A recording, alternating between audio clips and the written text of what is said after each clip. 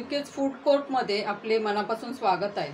महाराष्ट्रीयन थाळीमध्ये वरण नसेल तर थाळी पूर्ण होऊच शकत नाही। महाराष्ट्रात वरणाचे अनेक प्रकार केले जातात। साधे वरण, फोडणीचे वरण, डाळीची आमटी किंवा डाळ भिजवून केलेली। आज मी फक्त तूर डाळ न वापरता 3 डाळी वापरून फोडणीचे वरण करणार आहे। तूर डाळ, मूग डाळ आणि मसूर डाळ ह्या डाळी समप्रमाणात वापरून फोडणीचे वरण करणार आहे। चला तर मग साहित्य बघून रेसिपीला सुरुवात करूया। वाटीच्या मापाने मी मिक्स डाळी घेतलेले आहे। त्याच्यामध्ये मूग डाळ, मसूर डाळ आणि तुरीची डाळ समप्रमाणात आहे। ही डाळ 2 ते 3 पाण्याने स्वच्छ धुवून घेणार। डाळ 2 ते 3 पाण्याने स्वच्छ धुवून घेतली। त्यामध्ये मी एक बारीक चिरलेला टोमॅटो टाकणार आहे। छोटा टोमॅटो आहे आणि 3 मिरच्या टाकल्यात उभ्या चिरलेल्या, थोडीशी म्हणजे पाव चमचा टाकायची आणि हे कुकरला लावून घेणार। मी गॅस पेटवते। 3 ते 4 शिट्ट्या झालं की गॅस बंद कर। फोडणीचं वरण बनवण्यासाठी लागणारं साहित्य बघूया। इथे शिजवलेली डाळ आहे, इथे 2 चमचे ओल्या नारळाचा किस आहे, अर्धा चमचा मोहरी आहे, अर्धा चमचा जिरे आहे, चवीनुसार मीठ आहे, 7 ते 8 कढीपत्त्याची पानं आहेत, थोडीशी कोथिंबीर आहे, इथे 7 ते 8 लसणाच्या पाकळ्या मी त्यात ठेचून घेतलेला आहे आणि थोडा छोटासा आल्याचा तुकडा तो सुद्धा ठेचून घेतलेला आहे। इथं फोडणीसाठी तेल। चला मग वरणाला फोडणी देऊया। तेल तापलं ना की त्याच्यामध्ये आपल्याला मोहरी टाकायची। मोहरी तडतडली की आता जिरं टाकूया। जिरं चांगलं तडतडलं ना की त्याच्यामध्ये आपल्याला कढीपत्ता टाकायचा। तर टाकला। आता आलं आणि लसूण ठेचलेलं तो सुद्धा टाकून घ्यायचं आहे। आलं लसूण लालसर परतून घ्यायचं आहे। गॅस मी लो टू मीडियम फ्लेमवर ठेवलेलं आहे। मग फोडणी झाली पाहिजे। लसूण लाल झाला आहे। आता आपण त्याच्यात शिजलेलं वरण टाकूया।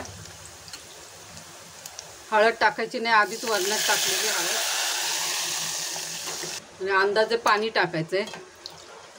घट्ट किती हवं आहे, पातळ किती हवं आहे त्यानुसार तुम्हाला पाणी टाकायचं आहे। मी जास्त घट्टही ठेवणार नाही, जास्त पातळही ठेवणार नाही।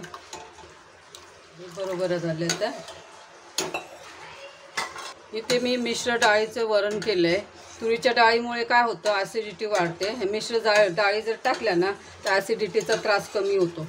आणि ह्या फोडणीचं वरण जर तुम्ही फक्त तुपामध्ये जर फोडणी देऊन केलं ना तर त्याची चवसुद्धा खूप अप्रतिम लागते। तुम्ही एकदा करून बघा नक्की। नाही तर मग थोडंसं तूप आणि थोडंसं तेल टाकून जरी फोडणी दिली ना तर त्याची चव छान लागते। तुम्ही नक्की करून बघा। आता उकळलं आहे, त्यात आपण चवीनुसार मीठ टाकायचं आहे। ओल्या नारळाचा किस टाकायचा आहे। थोडं हलवून घेऊया। कोथिंबीर आपण शेवटी टाकूया। अजून 5 मिनटं आपण अजून वरण उकळून घेऊया। 5 मिनटानंतर आपण कोथिंबीर टाकायची झाली। आता आपण ना त्याच्यात कोथिंबीर टाकूया। हे वरण जास्त घट्टही नाही, जास्त पातळही नाही। तुम्ही बघू शकता। 2 मिनटं झाली की आपलं वरण तयार झालं। या फोडणीच्या वरणाबरोबर ना गरम भात पाहिजे आणि त्याच्यावरती ना साजूक तुपाची धार सोडली ना की हा भात इतका छान लागतो। मला हा फोडणीचा वरण भात आणि साजूक तूप म्हणजे खूप आवडतो। आता मी हे वरण बाउलमध्ये सर्व करते। गरमागरम फोडणीचं वरण तयार झालं आहे। तुम्हाला जर माझी रेसिपी आवडली असेल तर प्लीज माझ्या चॅनलला लाईक करा, शेअर करा आणि सबस्क्राईब करा। बेल आयकॉन क्लिक करायला विसरू नका। त्यामुळे काय होईल, माझ्या नवीन रेसिपीचं नोटिफिकेशन सर्वात आधी तुम्हाला मिळेल। व्हिडिओ पूर्णपणे पाहिल्याबद्दल तुमचे मनापासून धन्यवाद।